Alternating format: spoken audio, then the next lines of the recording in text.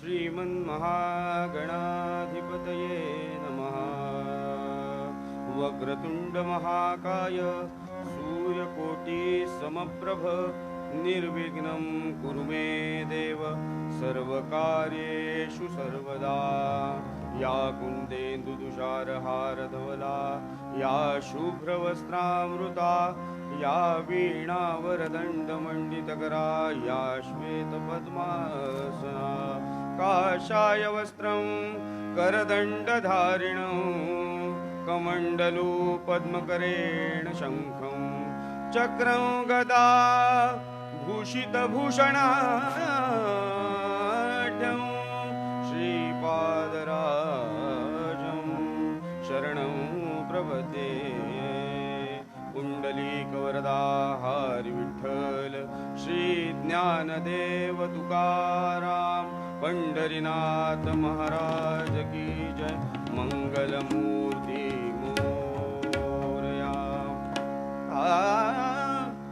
मधनिध सनिध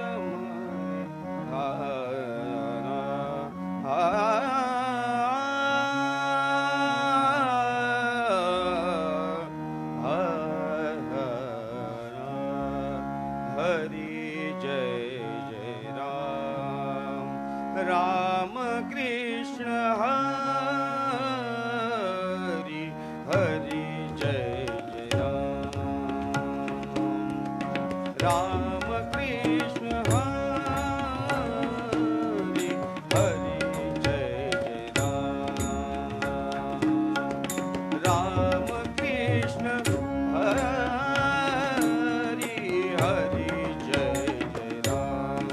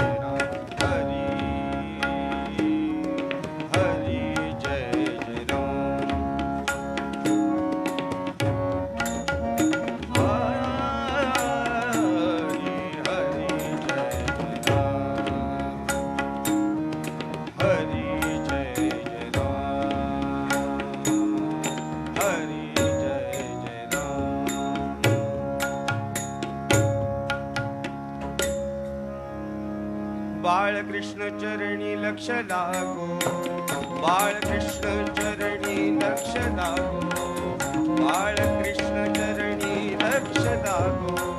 कीर्तन संगे रंगात देह वाहो, कीर्तन संगे रंगात देह वाहो, बाळकृष्ण चरणी लक्ष लागो, बाळकृष्ण चरणी लक्ष लागो.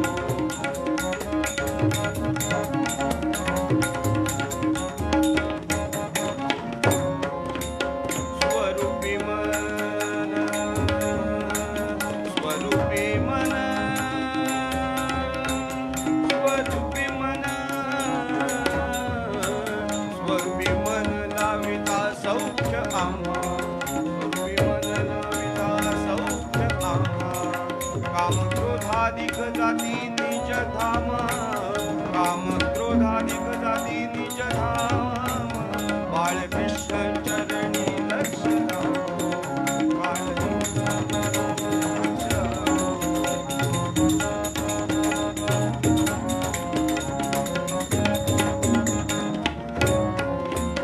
सारा सारवता सद्गुरुराया, सारा सारवता सद्गुरुराया, सारा सारवता.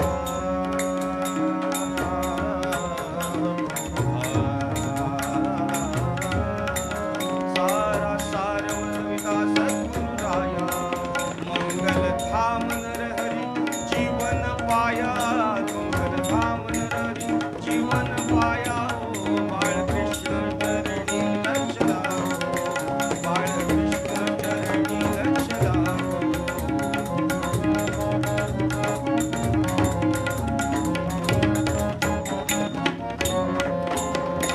चिन्मय नारायण रूप ध्यान, तद्रूपी चिन्मय नारायण रूप ध्यान, तद्रूपी चिन्मय नारायण रूप ध्यान. तन्मय होऊनी बळवंत प्रेमे गावो, तन्मय होऊनी बळवंत प्रेमे गावो, बाळकृष्ण चरणी लक्ष लागो, बाळकृष्ण चरणी लक्ष लागो, बाळकृष्ण चरणी लक्ष लागो, चरणी लक्ष लागो, चरणी लक्ष लागो. रघुपती राघव राजा राम पतित पावन सीताराम, रघुपती राघव राजा राम पतित पावन सीताराम, रघुपती राघव राजा राम पतित पावन सीताराम, रघुपती राघव राजा राम पतित पावन सीताराम, रघुपती राघव राजा राम पतित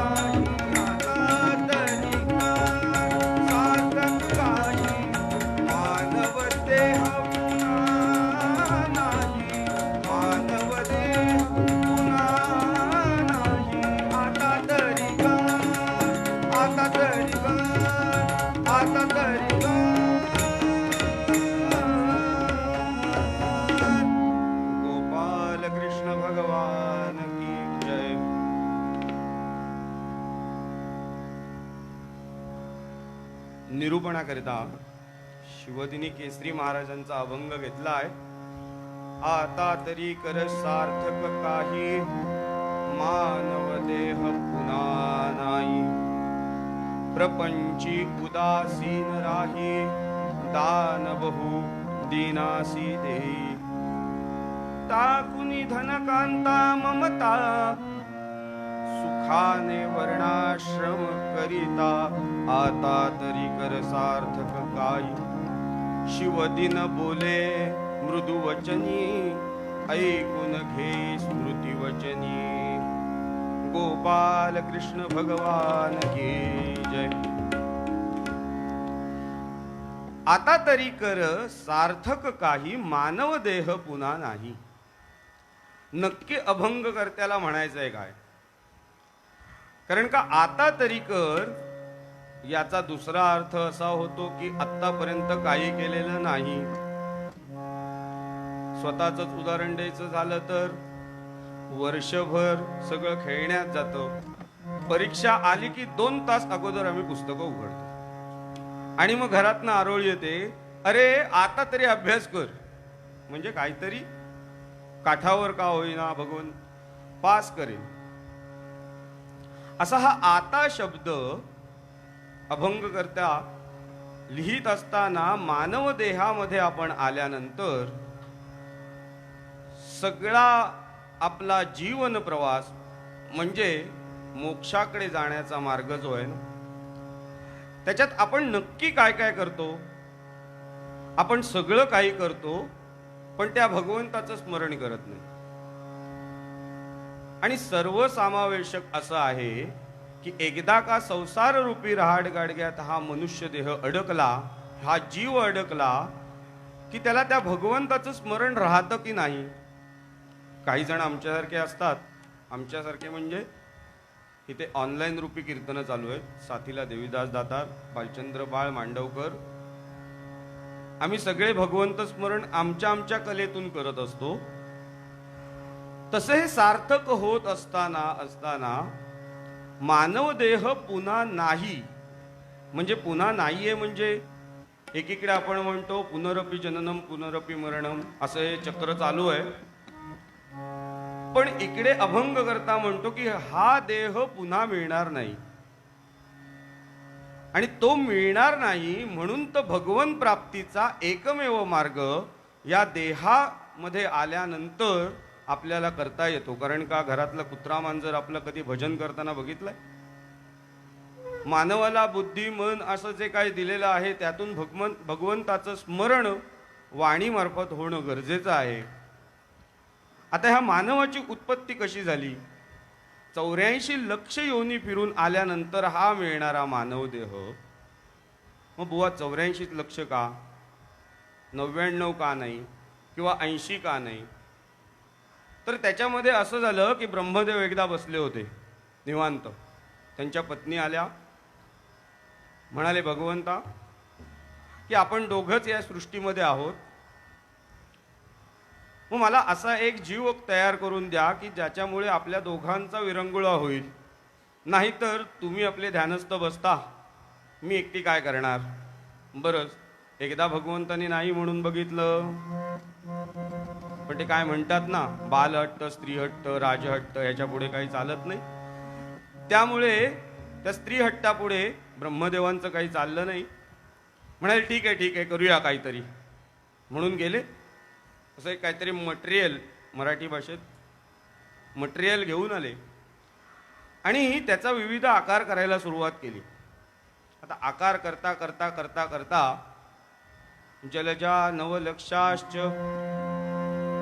9 लाख ते आकार झाले. म्हणाले हे पसंत आहेत का बघा.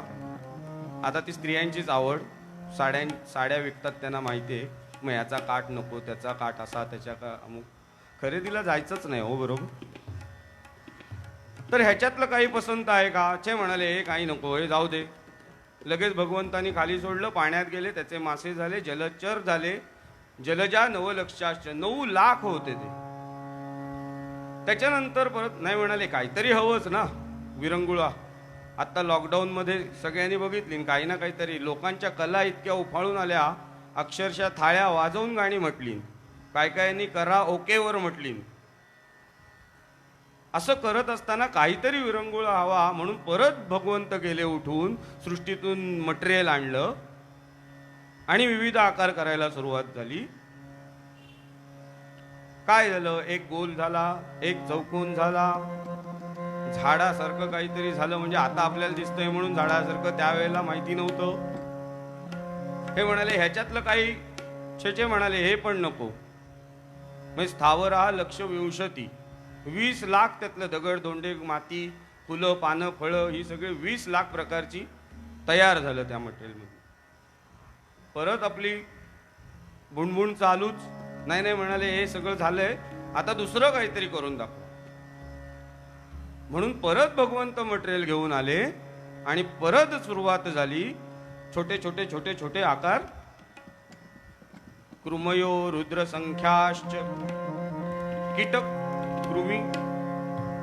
एक विषाणू आपल्याला आता सतवतोच आहे कोरोना रूपी, तसे रुद्र संख्या 13 लाख तयार केले.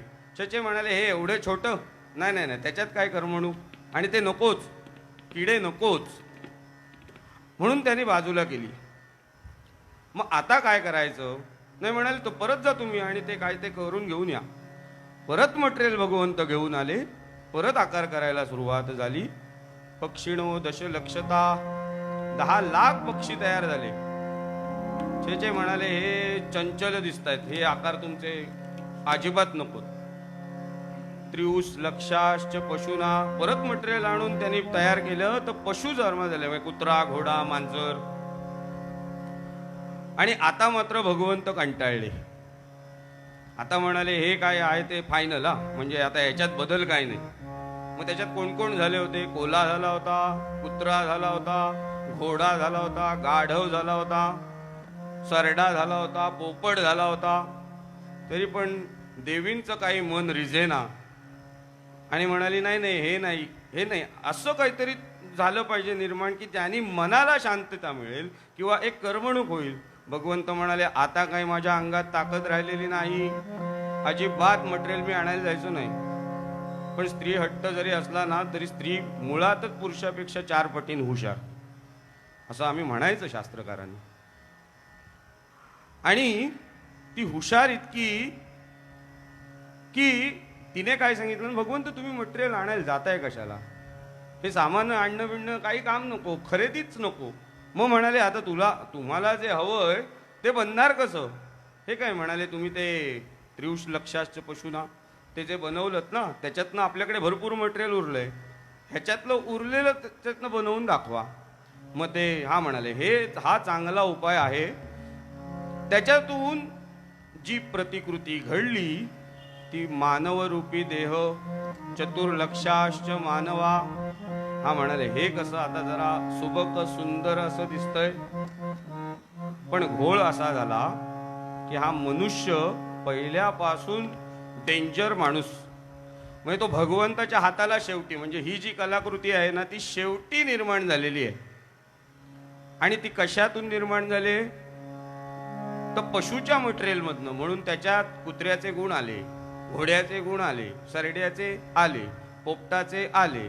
काय काय वेळेला बघा ते जय हो पोपटपंची कुत्र्यासारखा अंगावर येणार.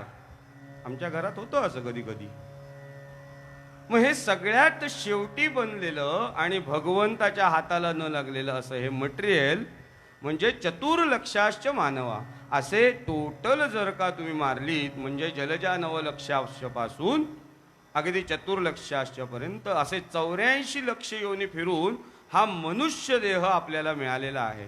बरं ह्याच्यात आणखीन एक की सगळी साधनं या देहाला मिळालेली आहेत, म्हणजे वाणी मिळालेली आहे. त्याच्यानंतर मन नावाची गोष्ट मिळालेली आहे, बुद्धी नावाची गोष्ट मिळालेली आहे. तरीही हा मनुष्य असंतुष्ट आहे. बाकीचे कुठलेही प्राणी जे बनवलेत ना ते कधीही दुःखी कष्टी झालेले बघायला मिळत नाही. बरं ह्याच्यात काय की ते सगळे प्राणी मनुष्याच्या कामात आहे. बैल नांगर ओढायला आहे, कुत्रा राखण करायला आहे, पोपट शोभेची वस्तू म्हणून पाळतात, तरी सुद्धा ते प्राणी दुःखी नाही. आणि म्हणून संतांना म्हणावं असं वाटतं की जगी सर्व सुखी असा कोण आहे, विचारी मना तुची शोधून पाहे. तर ह्याचं उत्तर येतं मनुष्य देह. मग हे का होतं? लागो मना छंद असं न झाल्यामुळे, त्या भगवंताचं न झाल्यामुळे, ह्या भगवंताचा छंद आपल्याला न लागल्यामुळे हा देह कष्ट सहन करतो. म्हणून म्हणतात 84 लक्षानंतर मानव देह हा पुन्हा नाही, दुसरी प्रपंची उदासीन राही, दान बहु दिनासी देई. मग हा मनुष्य प्रपंच करायला सुरुवात करतो आणि त्याच्यामध्ये उदासीनता दिसून येते. मग शिवदिनी केसरी महाराज म्हणतात की ह्या प्रपंचात प्रपंच करावा नेटका असं म्हटलेलं आहे. मग हा प्रपंच नेटका करून झाल्यानंतर दान बहु दिनासी देई, म्हणजे कुणाला ज्याला गरज आहे अशाला दान दिलं पाहिजे. आता कोरोनाच्या काळात भरपूर जणांनी दान दिली. काल कीर्तनकारांनी रात्री मांडलं तसं की ह्या कोरोनाच्या संकटातून कोण भरडला गेला, की जे अति श्रीमंत आहेत त्यांना त्याची फिकीर काही नाही, ते व्यवस्थित जगतायत. आणि अति एक ठराविक रंगाच्या कार्डाची माणसं आहेत त्यांच्या घरी धनधान्य भरपूर येतंय. आणि मध्यमवर्गीय माणूस हा जरी पुंजी असला तरी समाधानाने जगतोय. असं हे असताना दान बहु दिनासी देई, घड्याळ पुढे चाललंय. टाकुनी धनकांता ममता सुखाने वर्णाश्रम करता. शास्त्रांनी सांगितलंय 4 वर्णाश्रम, ते सुखाने होण्याकरता टाकुनी धनकांता ममता शब्दशः अर्थ घ्यायचा का नाही. मग शास्त्रकार कसं म्हणतात, धनानि भूमौ पशवश्च गोष्टे कांता गृहद्वारे जनस्मशाने देहश्चितायां परलोक मार्गे कर्मानुगच्छति जीव एकः. गोपाल कृष्ण भगवान की जय. धनानी भूमो, साठवलेलं धन पूर्वी जमिनीत पुरलं जायचं, ते तिथेच राहतं. कारण ज्याने पुरलंय त्यालाच माहिती. तोच जर का गचकला, त्याने शेवटचा राम म्हणला की ते धन तिथेच. मग कदाचित दुसरं कोण जमीन विकत घेतं आणि तिथे अंडा सापडतो. मग धनानी भूमो, ते धन कमवलेलं इथेच राहायचंय. पशवश्च गोष्टे, सांभाळलेली गुरढोरं, माझ्या सोन्या मोन्या कुत्रा हा इथेच राहायचा आहे, तो काय मालकाच्या चितेवर उडी मारायला यायचा नाहीये. आणि जिला प्रेम केलं अगदी तळहाटाच्या फोड्यावर काय म्हणतात ना तसं जपलं, ती भार्या सुद्धा उंबरठ्यापर्यंत. मग तुमच्या शरीराबरोबर कोण यायचंय किंवा तुमच्या जीवात्म्याबरोबर कोण जायचंय? कर्म. तुम्ही केलेली चांगली आणि वाईट कर्म घेऊन या इहलोकातून प्रवास संपवायचा आहे. मग ती केलेली वाईट कर्म कशाला घेऊन जायचं? आपण चांगलीच कर्म करून गेलं पाहिजे. आणि मग शेवटी आधुनिक कवी असं म्हणतात, या सगळ्या रहाड गाडग्यातनं सुटल्यानंतर म्हणजे शेवटी भगवंताचा छंद आम्हाला कधी दिसतो की आता संकट आलं, धाव धाव बाबा धाव, स्वामी राया आता तुझ्याशिवाय तरुणोपाय नाही. म्हणजे आधी आई हे करून बघ, नाही. बाबा नाही. आणखीन अन्य कोणी. पण जेव्हा आता नाईलाज होतो तेव्हा आता भगवंता तूच एक आसरा, तुझ्या विण नाही कोणी त्राता, असं म्हणण्याची पाळी येते. नाच नाचुनी अतिमी दमले, थकले रे नंदलाला, थकले रे नंदलाला, थकले रे नंदलाला, थकले रे नंदलाला. निलाद रे पण कटीस नेसला, निसुकपणाचा शेला, आत्मस्तुतीचे कुंडल कानी गर्व चढविला भाला. आत्मस्तुतीचे कुंडल कानी आयुष्य कसं जगतो आपण? निलाजरेपणी कटीस नेसला निसुकपणाचा शेला. निलाजरेपणी म्हणजे लाज नाही बाळगली आम्ही कशाची. आत्मस्तुतीचे कुंडलकानी. आम्ही म्हणतो ना की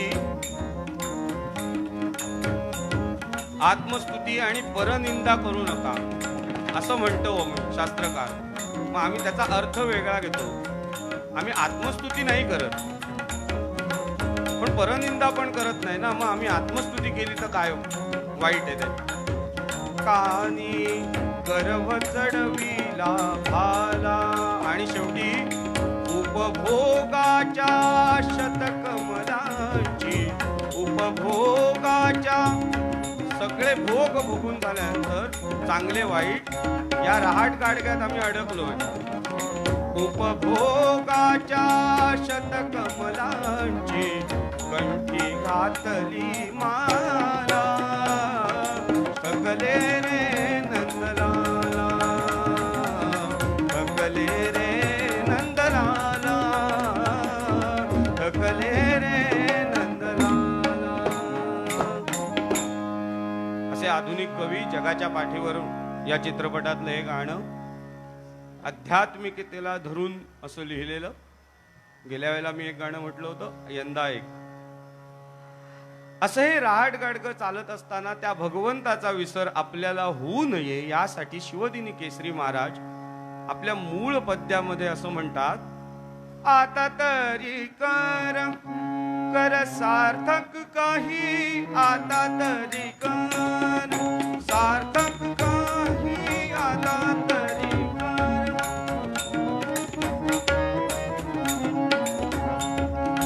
सार्थक काही. मानव देह पुन्हा नाही, मानव देह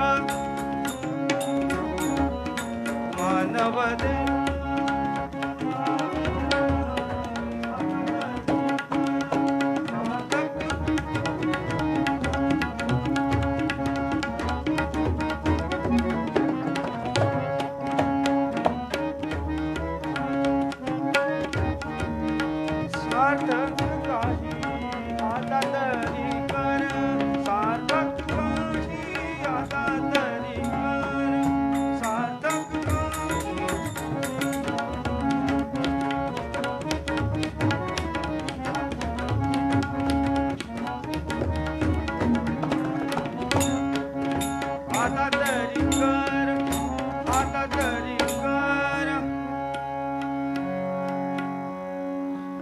कृष्ण गोविंद हरे मुरारे, हे नाथ नारायण वासुदेव, प्रद्युम्न दामोदर विश्वनाथ, मुकुंद विष्णु भगवन नमस्ते, गोपाल कृष्ण भगवान की जय.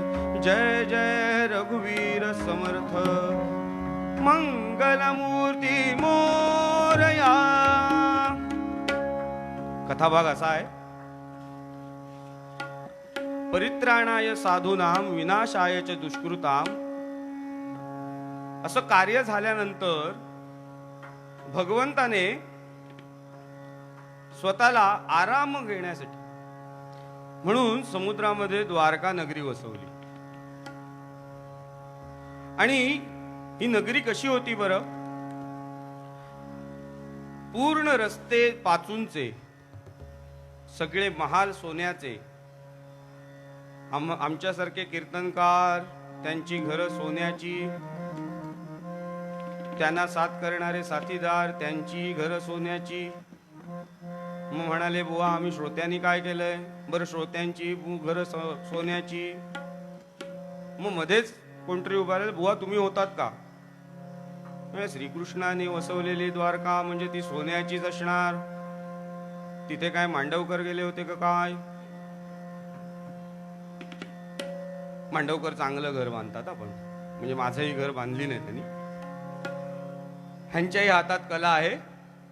अशी ही श्रीकृष्णाने वसवलेली द्वारका ही सोन्याची कशी? द्वारावती रम्य द्वारावती रम्य खरी वसली असे नानावर. द्वारावती रम्य खरी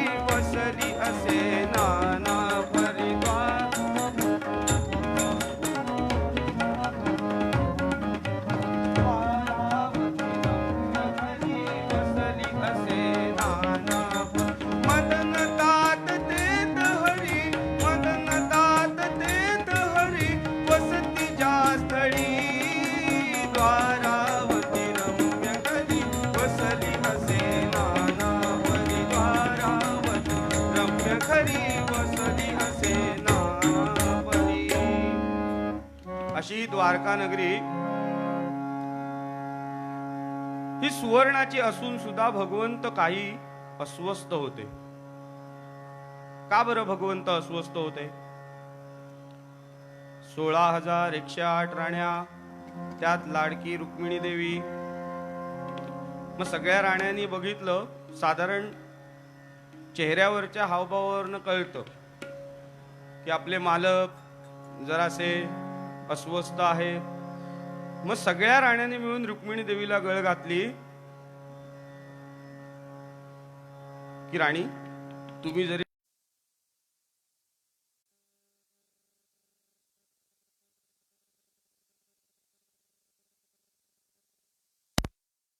काळ, त्यामुळे अहो जाओ यंदा बापू शोधू काय झालं असं काही त्यावेळेला नव्हतं. त्यामुळे अहो भगवंत काय झालंय, तुम्ही अस्वस्थ का?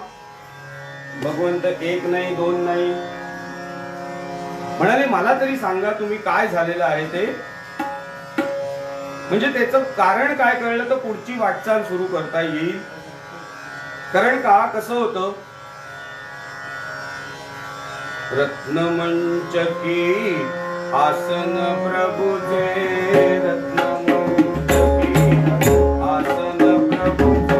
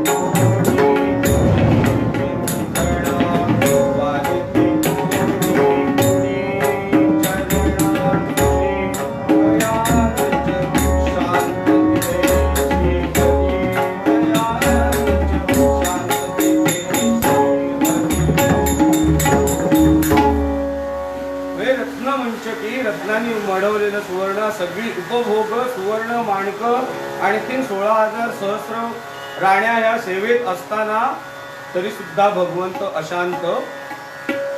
ते का?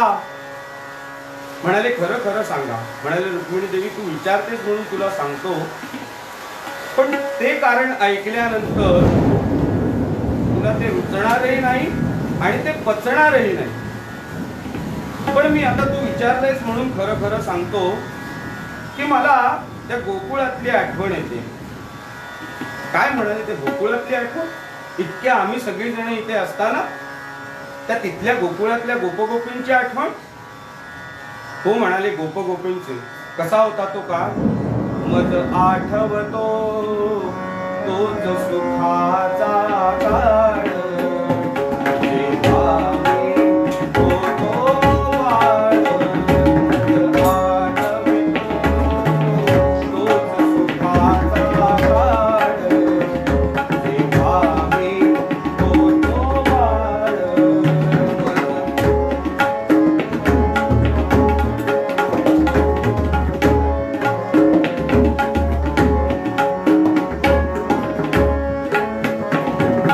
भवता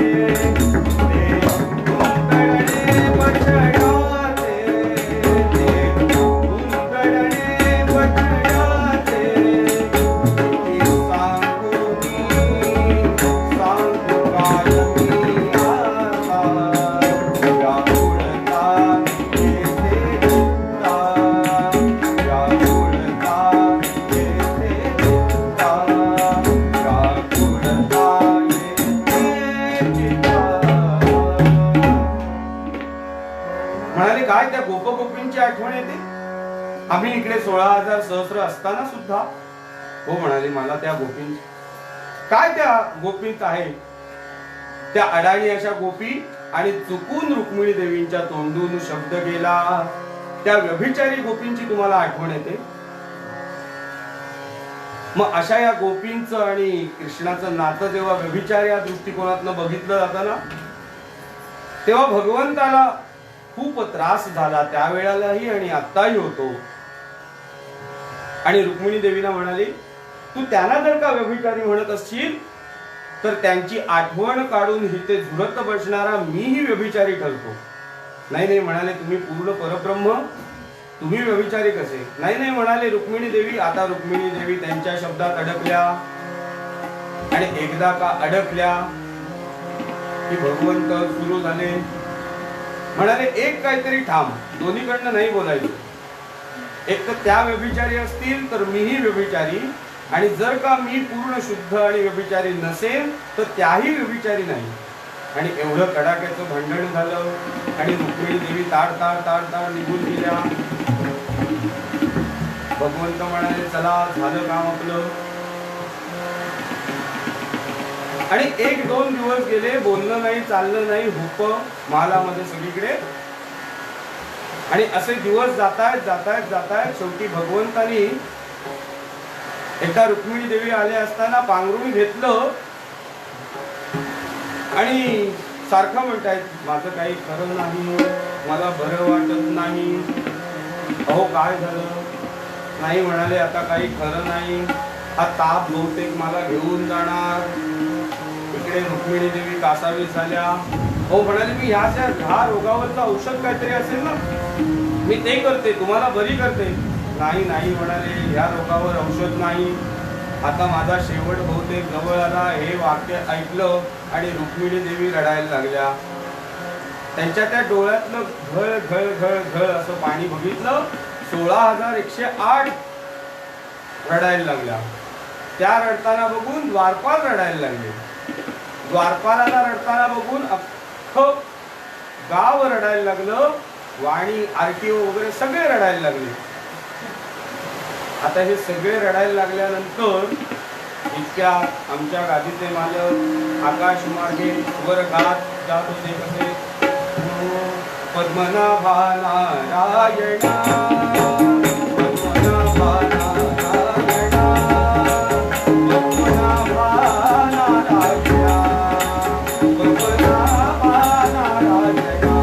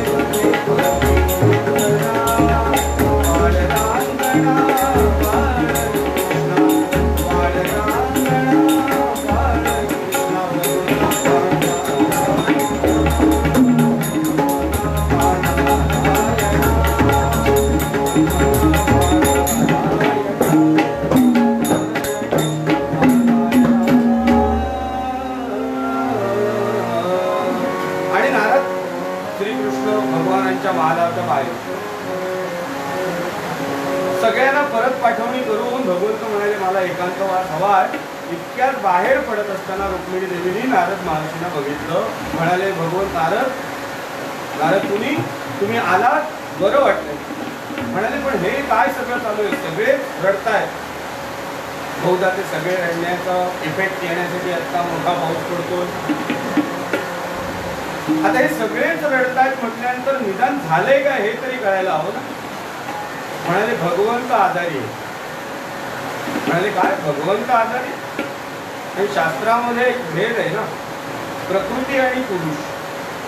बिघडते ती प्रकृती आणि स्थिर राहतो तो पुरुष, आणि भगवंत हे पूर्ण पुरुष आणि त्यांची प्रकृती बिघडते म्हणजे नक्की काहीतरी पाणी मुरतंय, म्हणजे आपल्याला काम आलंय. खरं तर काढता पाय खेळणार होते ते, मुखाचे नसतं झंगट नको, पण तरी सुद्धा आता आलोय तर भगवंताचं दर्शन तरी घेऊन जाऊ म्हणून रुक्मिणी देवीला विचारत आहे, मागच्या काळात काय झालंय ते सांगा. असंच सांगत होते. म्हणाले काही नाही, 2 दिवसापूर्वी बरे होते, आज अचानक म्हणतात की हा ताप मला घेऊन जाणार बहुतेक, काय झालंय ते कळत नाहीये. बरं म्हणाले तुम्ही असं काही बोलल्यात का की त्यांना लागेल असं? नाही म्हणाले असं काही नाही. नाही नाही नाही असं काहीतरी झाल्याशिवाय भगवंत असं होणार नाही हो. म्हणाले असा असा एकदा प्रसंग झाला होता, पण त्याला बरेच दिवस झाले.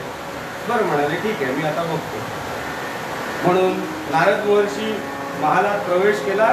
पाठोपाठ रुक्मिणी देवी पण आल्या. भगवंतांनी पांघरून बघितलं आणि हाताने म्हणजे कोणी समोर नको त्यांना बाहेर काढा. मग नारद महर्षी रुक्मिणी देवीने सांगतात, देवी तुमचाच आपण थोड्या वेळ तरी बाहेर थांबा. हो म्हणाले ते काय सांगतात? हो काही गोष्टी अशा असतात की स्त्रियांच्या समोर सांगता येत नाही, मी तुम्हाला नंतर येऊन सांगतो ना.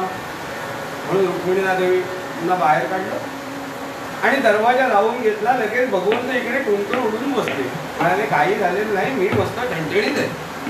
म्हणाले मग काय झालंय? काय नाही म्हणाले, जरा ज्वर आल्यासारखा वाटतोय, ताप वाढलाय. म्हणाले भगवंत औषध आहे ना म्हणाले, पण ते मिळणं कठीण आहे. नाही म्हणाले मी त्रिखंडात फिरत असतो, मी तुमच्यासाठी त्वरित औषध घेऊन येतो. म्हणाले पण औषध काय ते कळायला नको.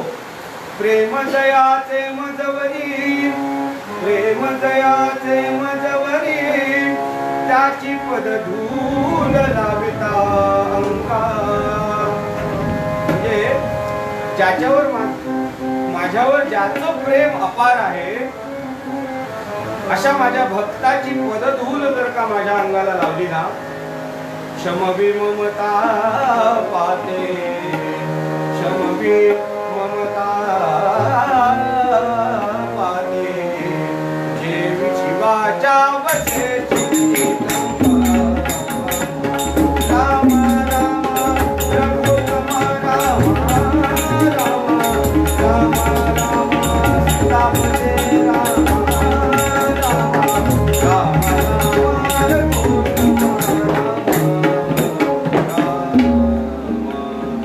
प्रेम दयाचे मधुरी, त्याची पद धूल लाविता अंगा, क्षमवी ममता पाते, देवी शिवाच्या वसे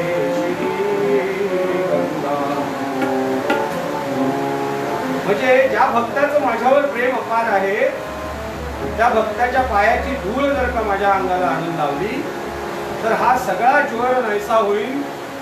बरं म्हणाले आत्ता जातो मी आत्ता घेऊन येतो. आणि एवढं बोलून नारद बाहेर पडतात. तो बाहेर रुक्मिणी देवी हजर. काय म्हणाले भगवंत, औषध सांगितलं का काही? कारण काय ह्याच्या अगोदर भरपूर वैद्य, हकीम, डॉक्टर, MBBS, MD सगळे येऊन गेले, पण त्यांचा काही ताप उतरत नाही.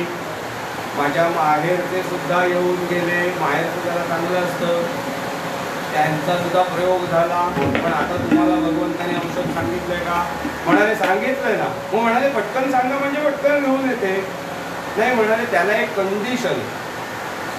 म्हणजे म्हणाले बघ म्हणाले मी औषध सांगितलं आणि ते जर का तुझ्याकडे असेल तर कीर्तन 2 मिनिटात समजेल, आणि जर का ते तुझ्याकडे नसेल तर कीर्तन अजून 10 मिनिटात फक्त चालेल, कारण तेवढाच वेळ आहे आपल्याला. मग औषध काय ते तरी सांगा. म्हणाले तुझं भगवंतावर प्रेम आहे का? रुक्मिणी देवी म्हणतात महर्षी तुमचं तब्येत वगैरे ठीक आहे ना? म्हणाले आहे का? नाही तुम्ही मला विचारताय माझ्या भगवंतावर माझं प्रेम आहे का? अहो जगातलं पहिलं प्रेमपत्र लिहिणारी मी, श्रीकृष्णाला प्रेमपत्र पाठवणारी मी, म्हणजे माझं प्रेम किती असेल भगवंतावर? म्हणजे जगात पहिल्यांदा प्रेमपत्र कोणी कोणाला लिहिलं तर रुक्मिणी देवीने भगवंताला लिहिलं, लव्ह लेटर. तर त्यामुळे माझं प्रेम अपार आहे. मग म्हणाले सोपं काम, औषध मिळालं. म्हणजे भगवंताने असं सांगितलंय, प्रेम जयाचे मजवरी ज्याची पद धूल लाविता अंगा क्षमवी ममता. म्हणजे त्यांचा जो ताप आहे तो उतरण्यासाठी तुमच्या पायाची धूळ द्या, मी आज जातो लावतो. भगवंत बरे होते. छे म्हणाले मी नाही देणार पदधूळ. का? कारण ते पूर्ण परब्रह्म आहेत आणि माझ्या पायाची धूळ जर का त्यांना लागली तर माझ्या 7 पिढ्या नरकात जातील माझ्या सतत. मग म्हणाले औषध तर आणायचं कुठून? नाही म्हणाले मी काही नरकात जाणार नाही, मला भगवंताबरोबरच राहायचं. म्हणजे आता म्हणाले औषध शोधायला हवं. मग नारद निघाले. नारद कसे निघाले? प्रभूच्या औषध कामासाठी, औषध कामासाठी नारद फिरले अवनीवरती. अनेक वेदी काठी वेदी, अनेक वेदी काठी वेदी. ब्रह्मदेवा प्रथम भेटले, ब्रह्मदेवा प्रथम भेटले, ब्रह्मदेवा प्रथम भेटले.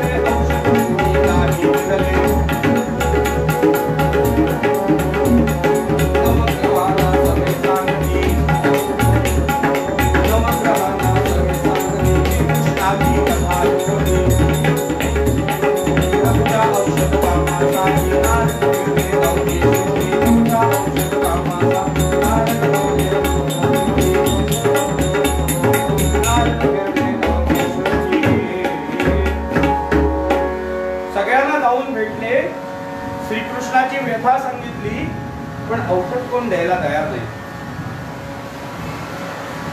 म्हणाले भगवंत म्हणजे पूर्ण ब्रह्म, अशाला आमच्या पायाची धूळ लावणं हे काय आम्हाला जमायचं नाही. आणि परीक्षेत पेपर टाकून न चांगला गेल्यासारखा चेहरा करून जसा मुलगा येतो तसे नारद परत महालात आले. भगवंतानी त्यांच्या चालीवरनं ओळखलं की आपलं काम झालंय. नारद आले, म्हणाले नारदा औषध मिळालं का? भगवंता तुम्ही सांगितलं औषध, सगळीकडे शोधलं पण काही मिळालं नाही. म्हणाले कुठे कुठे गेले? आता तुम्हाला परत प्रश्न पडले, बुवा परत कटाव म्हणतो का काय? तसं नाही. नारदांनी एका घटक्यात सांगितलं की अशी एकही जागा राहिली नाही की जिथे मी गेलो नाही. म्हणाले एवढे सगळे सृष्टी फिरला पण त्या गोकुळात तुम्ही गेलात का? नारद म्हणतात हा भगवंत, एवढ्या सगळ्या फिरण्याच्या नादात यात्रा कंपनीने आम्हाला गोकुळात नेलंच नाही. त्यावेळेला यात्रा कंपनी नव्हत्या. मग म्हणाले जा लवकर गोकुळात. तेवढ्यात रुक्मिणी देवी मागून आल्या. म्हणाले मी जातो खरं, रुक्मिणी देवींना चालेल का विचारा, कारण ते गोकुळात औषध यायचंय आणि गोकुळावरचं प्रेम तुम्हाला माहितीच आहे रुक्मिणी देवींचं. आता नारद रुक्मिणी देवींकडे बघताय. म्हणाले औषध कुठे आहे हे पण भगवंतांनी सांगितलं, पण जाऊ का नको जाऊ? म्हणाले कुठे आहे? त्या गोकुळात आहे म्हणाले. म्हणाले जा ना, कुणाच्याही कृपेने का होईना भगवंत बरे होणार आहेत ना, मग गोकुळात गेलात तरी चालेल. इकडे रुक्मिणी देवींना आत्मिक आनंद मिळतोय की जर का त्याने औषध दिलं तर त्या गोपी नरकात जातील, आणि नाही दिलं तर भगवंतांना कळेल की गोपींचं प्रेम भगवंतावर नाही. असं थोडीशी असूया कुठेतरी रुक्मिणी देवींच्या मनात. नारदांना सांगताय आता उशीर करू नका, आता लवकर निघा, अगदी वायू वेगाने निघा. कसं? जा जा झडकरी जा नारदा, जा झडकरी जा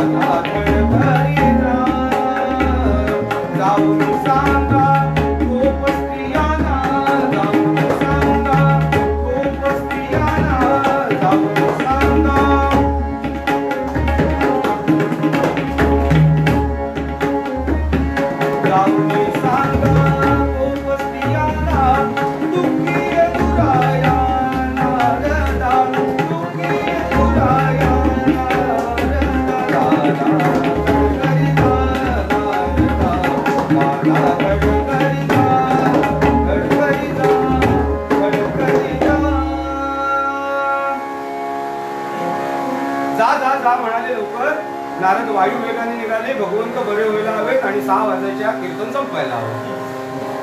म्हणून नारद गोकुळात आले. तर इकडे प्रसंग वेगळाच. जसे भगवंत तिकडे आठवण काढून दुःखी कष्टी आहे, तशा इकडे गोप गोपी सुद्धा भगवंताची दररोज आठवण काढतात. इकडे रासलीला चालू आहे थोडी थोडी.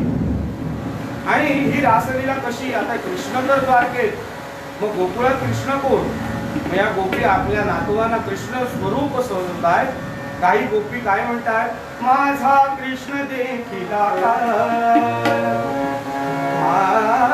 माझा कृष्ण देखिला कोणीतरी सांगा गे सांगा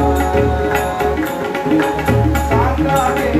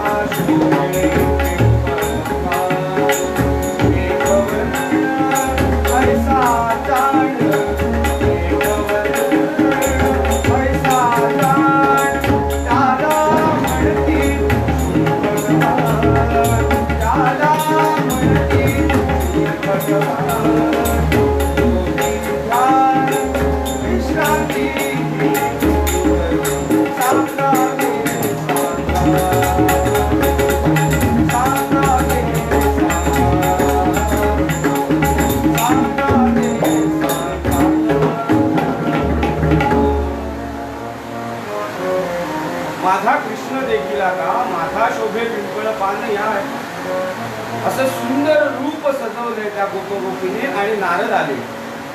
बा म्हणाले, महर्षी आलात तुम्ही, आम्हाला अगदी आमचा कृष्ण भेटल्यासारखा वाटते. आणि हा गोपींचा भाव नारदाने बघून नारदच ते म्हणाले, तुम्ही गोपी भोळ्या ग भोळ्या. हे आपली काळी. म्हणाले, काय झालं, तुम्ही इकडे गोपी त्या कृष्णाची आठवण काढून आपल्या नातवाला नटवून असं सगळं करताय, आणि तिकडे तो द्वारकाधीश मजेत आहे. तुमची आठवण तरी त्याला येते का? फार विसरलाय. मध्ये एकदा मी चौकशी केली, काय कसं गोकुळातलं, तर कृष्ण भगवान म्हणतात कसे, कोण गोपी, कुठलं गोकुळ, अशी अवस्था तिकडे. आणि तुम्ही इकडे काय, माथा शोभे पिंपळ पान. इकडे बघितलं जरा लावायला कळ, पण ती काय लागली नाही. गोपी म्हणाल्या, असू दे, भगवंत विसरला असेल कामाच्या व्यापामध्ये, पण आम्ही त्याला कुठे विसरलो, बाकी सगळं ठीक आहे ना तिकडे. भगवंताची तब्येत वगैरे, अहो त्याच कामाकरता मी आलोय. भगवंत जरा आजारी आहे. काय, आमचा कान्हा आजारी आहे? मग काय तुमच्याकडे कोणी औषध वगैरे हकीम वकीम नाही? द्वारकेत एवढी सगळी सजवली, डॉक्टरांची फौज नाही? नाही म्हणाले. त्याचं असं झालं की भगवंताने जे औषध सांगितले ते भगवंत म्हणाले तुमच्या इथे मिळेल. म्हणाले, काय औषध आहे ते सांगा, लगेच आम्ही देतो आणि आमच्या भगवंताला बरे करा. पण म्हणाले, बघा हो, नाही म्हणाले, तुम्ही औषध तर सांगा. भगवंत म्हणाले, प्रेम दयाचे मजवरी, प्रेम दयाचे मजवरी, त्याची पद धूल लाविता अंगार, क्षम विममता पाते, देव शिवाच्या वसे श्री अंगार. होय ना, एवढंच ना. म्हणाले, भगवंताला आमचं प्रेम हवंय ना, मग एवढी अवघी सृष्टी तुम्हाला फिरायची काय गरज होती? थेट आमच्यापर्यंत आला असतात तर आम्ही हे औषध हसत हसत देतच आहोत आणि दिलं असतं. म्हणाले, अहो भगवंताला तुमच्या पायाची धूळ हवे. तुम्हाला याचा अर्थ? हो म्हणाले, मला माहितीये की भगवान हे पूर्ण ब्रह्म आहेत, परब्रह्म आहेत. त्यांच्या अंगाला आमच्या पायाची धूळ जर का लागली ना तर आम्ही नरकात जाऊ. पण आमच्या 7 पिढ्या नव्हे, आम्ही 7 वेळा जरी किंवा ह्या धुलीकणामध्ये जेवढे आहेत तेवढे जन्म आम्ही जरी नरकात सडलो तरी सुद्धा ते आम्हाला चालेल, पण आमचा भगवंत आजारी असता कामा नये, अशी या गोपींची भावना होती.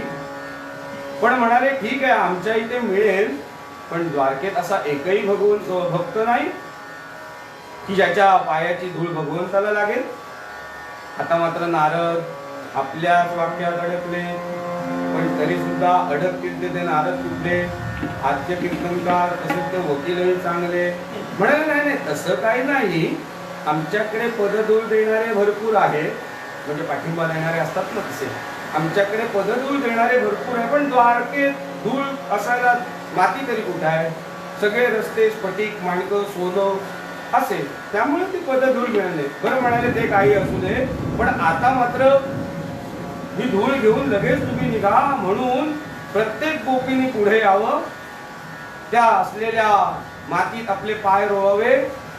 श्री कृष्ण गोविंद हरे मुरारे, हे नाथ नारायण वासुदेव, प्रद्युम्न दामोदर विश्वनाथ, मुकुंद विष्णू भगवंत, गोपाल कृष्ण भगवान की जय. आपल्या कानाचं नाव घ्यावं आणि तिथे नाचावं आणि पाटी पाटी धूळ नारदांच्या स्वाधीन करावी. नारद ते प्रेम पाहून भक्तिसूत्राची निर्मिती केली. त्याच्यामध्ये 7 अस्मिन परम प्रेम रूपा अमृत स्वरूपाच्या भक्तीची व्याख्या करतात नारद. आणि ती पाटी उचलून घेतले, आपल्या डोक्यावर ओतले. गोपी पाटी देतायत, हे धूळ आपल्या अंगावर ओतून घेतायत. गोपी विचारतात, नारदा रोग भगवंताला आहे का तुम्हाला आहे? काय म्हणाले, रोग भगवंताला आहे, त्यातलाच रोग मला झाला तर आपलं औषध बरोबर असलेलं बरं.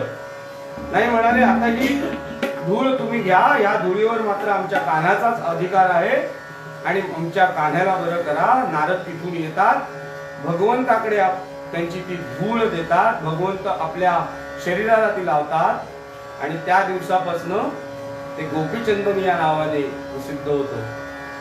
अशी भक्ताची भगवंताप्रती असलेली भक्ती आणि त्यांच्या जीवनाचं झालेलं सार्थक, की आपल्या जीवनाचं असं सार्थक झालं पाहिजे की भगवंत आपला अगदी जवळ असलेला, म्हणून हे सार्थक कसं व्हायला पाहिजे?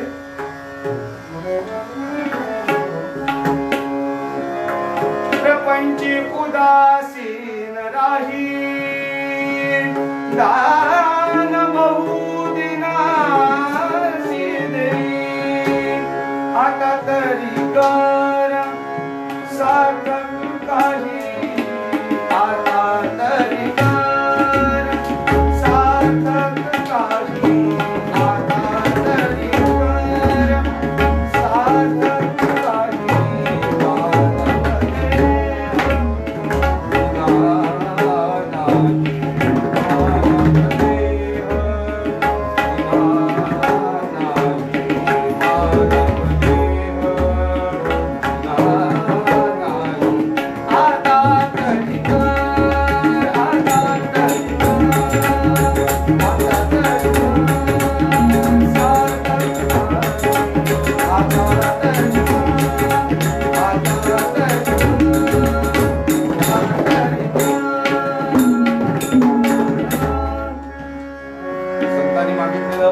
आपण मागूया.